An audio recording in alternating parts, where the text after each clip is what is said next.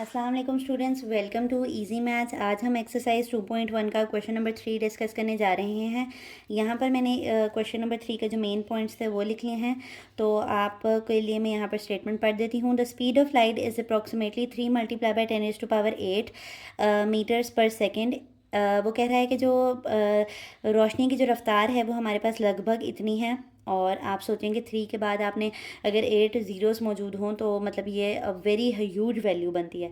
और speed of light के बारे में आपको एक इंटरेस्टिंग फैक्ट बताती हूँ कि अगर हम अपनी बॉडीज़ को, ह्यूमन बॉडी को या किसी भी चीज़ को अगर हम स्पीड ऑफ लाइट से मूव करवाने के काबिल हो जाएं तो हम टाइम के अंदर ट्रैवल कर सकते हैं। यानी कि अगर हम अपनी टाइम मशीन डेवलप करना चाहते हैं तो हमें अपने टेक्नोलॉजी को इतना मॉडर्नाइज़ करना पड़ेगा कि हम किसी अपनी बॉडी को इतनी रफ्तार से जो है वो मूव करवा सकें। अभी तक ऐसा कुछ पॉसिबल नहीं है, लेकिन ये एक ऐसा इंटरेस्टिंग फैक्ट था जो कि मैंने कहा आप लोगों के साथ शेयर करती हूँ। तो चलते हैं अपने क्वेश्चन की तरफ। उसने कहा है कि express is it in standard form. अब स्टैंडर्ड फॉर्म क्या होता है? आपके पास जो ऑर्डिनरी नोटेशन होती है ना, हमने जो एग्जाम्पल नंबर 1 के अंदर किया था कि ऑर्डिनरी नोटेशन से हम गए थे साइंटिफिक नोटेशन के अंदर।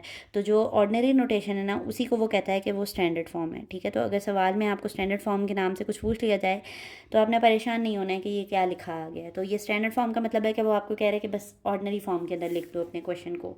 तो चलते हैं अपने क्वेश्चन की तरफ। जब आपके पास बोर्ड में क्वेश्चन आता है तो आप इतनी बड़ी बड़ी स्टेटमेंट्स लिखने से गुरेज करते हैं और आपकी कोशिश होनी चाहिए कि आप उसमें से मेन डाटा एक्सट्रैक्ट कर लें। तो मैंने मेन डाटा लिख लिया कि द स्पीड ऑफ लाइट कितनी है, 3 × 10⁸ मीटर्स पर सेकेंड, और मैं अब उसको स्टैंडर्ड फॉर्म में लिखने लगी हूँ। तो देखें यहाँ पर पॉजिटिव पावर है, और जब हमारे पास पॉजिटिव पावर होती है तो हमने कहा था कि हम राइट साइड पर मूव करेंगे। और राइट साइड पर मूव करने का मतलब ये है कि यहाँ पर जो डेसिमल है वो यहाँ पर है बाय डिफ़ॉल्ट। मैंने आपको बताया था हर वैल्यू के एंड पे एक डेसिमल होता है। ये 0 मैंने ऐसी स्पेसिंग के लिए लिख लिया है।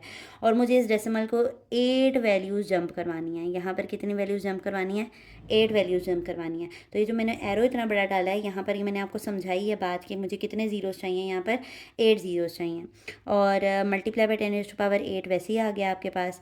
और मीटर पर सेकेंड को आप शॉर्ट फॉर्म में इस तरह करके लिख सकते हैं, मीटर पर सेकेंड, यानी डिवाइड में सेकेंड्स है। तो अब हमने क्या करना है, यहाँ पर से डेसिमल उठा के यहाँ शिफ्ट होने लगा है। तो यहाँ पर मुझे कितने ज़ीरोज़ देने हैं? 8, 2, 3, 4, 5, 6, 7, 8। तो ये आपके पास क्या आ गया है? 8 ज़ीरोज़ हमने यहाँ पर डालनी है। अब यहाँ पर हमने क्योंकि राइट साइड पर मूव किए हैं तो हमारे पास यहाँ पर पावर क्या बनेगी? -8 बनेगी। और -8 बनी है तो यहाँ पर जो क्वेश्चन की पावर अपनी थी वो थी 10⁸ थी। और मीटर पर सेकंड जो यूनिट है हमें ये वैसे ही चलाना पड़ेगा क्योंकि ये वर्ड प्रॉब्लम है और यूनिट को हम इग्नोर नहीं कर सकते। अब यहाँ पर हमने प्रीवियस क्वेश्चंस के अंदर एक लॉ ऑफ इंडिसेस को रेफ़र किया था कि जब किसी नंबर के ऊपर दो पावर्स, कोई दो नंबर्स होते हैं और उन पे दो डिफरेंट पावर्स होती हैं और वो दोनों आपस में मल्टीप्लाई हो रहे होते हैं, तो वो पावर क्या हो जाती है? पावर्स ऐड हो जाती हैं और बेस को हम एक ही दफ़ा लिख लेते हैं। तो कुछ ऐसे ही केस यहाँ पर भी हमारे पास के बेसिस सेम है। 10 बेसिस हैं हमारे पास, इसको हम वैसे ही लिख लेते हैं 5, 6, 7, 8। और यहाँ पर हमारी ये पावर्स क्या हो जाएंगी? ऐड हो जाएंगी अपने लॉ ऑफ इंडिसेस के मुताबिक। ठीक है, अब ये कैंसिल हो रही हैं, यानी कि इनका आंसर 8 में से 8 निकालेंगे तो क्या आ जाएगा? 0 आ जाएगा। और यहाँ पर ये वैल्यू हम रिपीट करते जाएंगे। हमने लॉ ऑफ इंडिसेस के अंदर ये चीज़ भी सीखी थी कि अगर कोई नंबर है उसके ऊपर एक्सपोनेंट 0 आ गया है तो वो हमारा आंसर क्या आता है? 1 आता है। ठीक है, तो हम इसकी जगह पर 1 लिख लेंगे।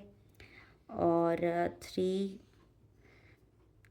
देखें यहाँ पर हमें एक जो फ़ायदा दिख रहा है इन क्वेश्चंस को सॉल्व करने का, साइंटिफिक नोटेशन को सीखने का, वो हमें ये फ़ायदा मिल रहा है कि ये इतनी बड़ी वैल्यूज़ को शॉर्ट फॉर्म में जल्दी से वक़्त का ज़िया किए बगैर जो है वो जल्दी से लिख लेना हमें कौन सिखाता है? साइंटिफिक नोटेशन सिखाता है।